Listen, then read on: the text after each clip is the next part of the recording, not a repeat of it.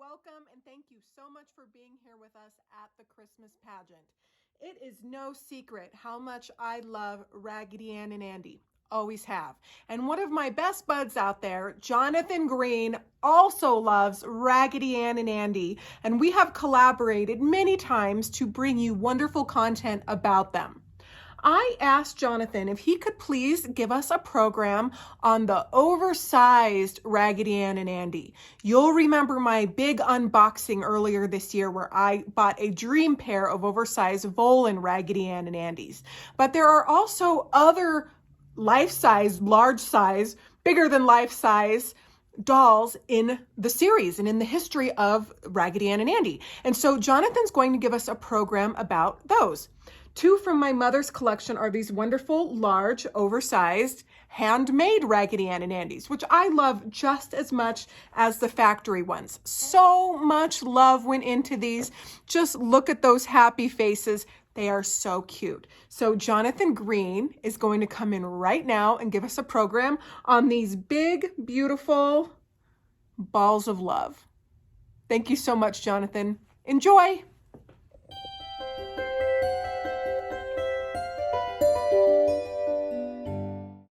Welcome to this program on large Raggedy Ann and Andy dolls.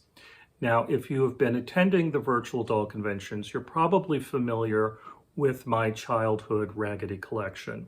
If you're not, these are the dolls by Georgie Novelties, which I had as a child. These would be from the early 60s, from the 1960 through 63 when Knickerbocker took over in 64. And then these are my childhood dolls by my babysitter, Mrs. Patton. The oil painting is done by, or was done by my father. But I also had a large Raggedy Andy.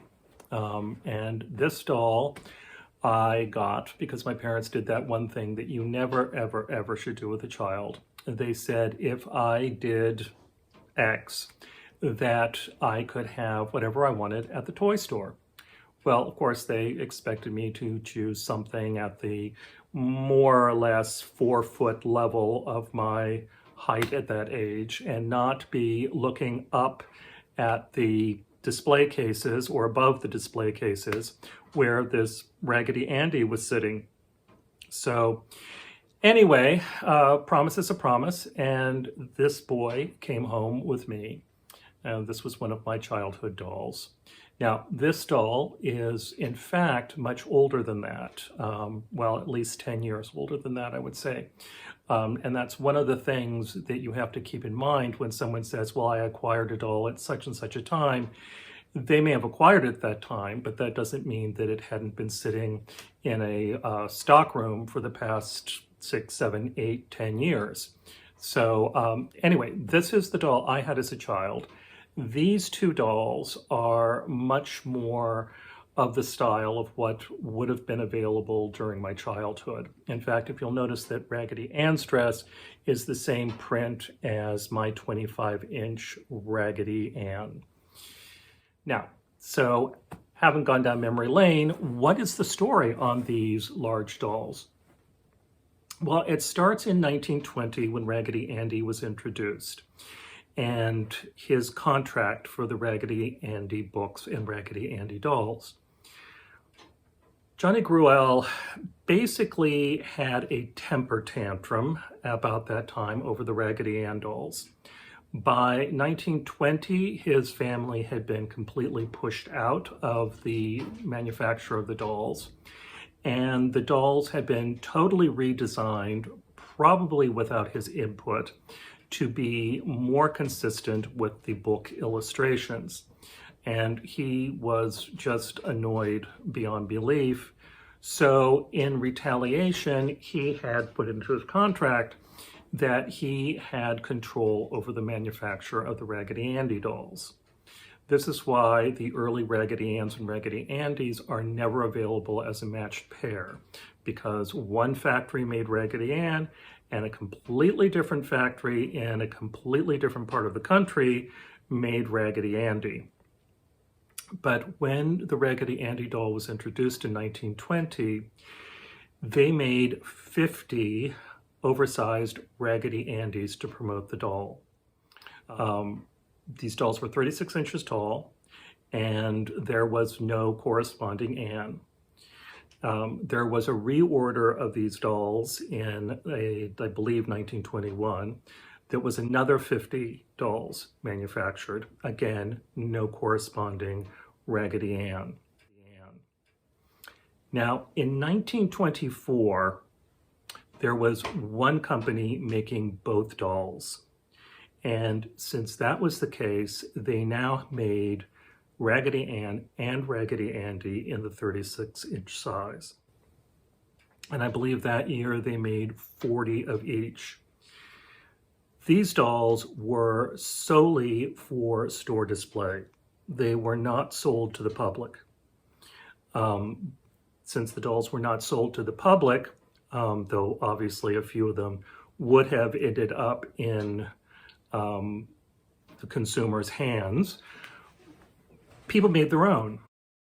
And so in this period, it's actually quite common to find a handmade oversized Raggedy Ann or a handmade oversized Raggedy Andy. So these dolls were made probably around this period, though I also know some that were made in the 1930s. Now in 1928, they again introduced the oversized Raggedy Ann and oversized Raggedy Andy. The previous dolls had only been made for the 1 year in 1924. The 1928 dolls shrunk to 30 inches in height. And again, they made a Raggedy Ann, they made a Raggedy Andy. They also made a very, very rare 30-inch Beloved Belindy.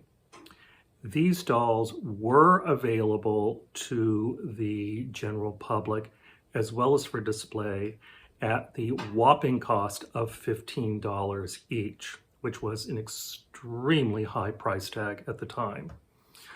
500 Raggedy Anns were made in this size and 500 Raggedy Andys. Now, 1928 is sort of the beginning of the financial problems with the P.F. Volland Company. So that was the last of the oversized Volland dolls. And to the best of my knowledge, there were no oversized Mollies. Molly did do the 25-inch, more or less, version, the sort of larger than normal version, but nothing that was quite as large as these dolls. These came back in the late 1930s when Georgine got the license. And about that time, they also did the Raggedy Ann cartoon, which was supposed to be a big do. It was a Fleischer cartoon of Raggedy Ann and Andy, and there was a lot of merchandise. And in addition to all of that merchandise, they did display Raggedy Ann and Andy's. So there was a 32-inch size Raggedy Ann and Andy with the black outline nose.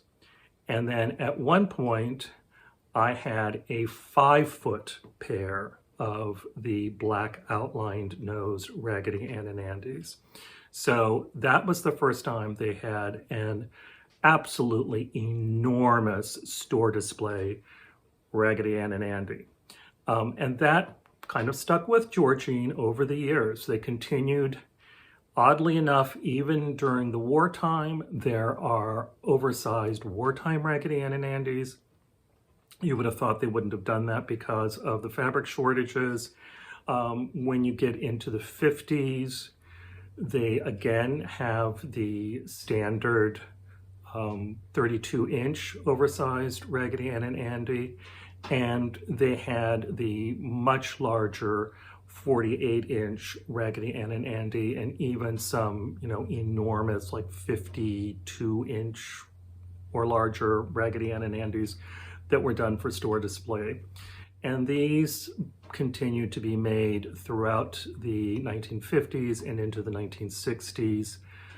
Perhaps the most famous example of one of these or image of one of these is John F. Kennedy exiting the airplane with his daughters, enormous Raggedy Ann and Caroline Kennedy holding his hand.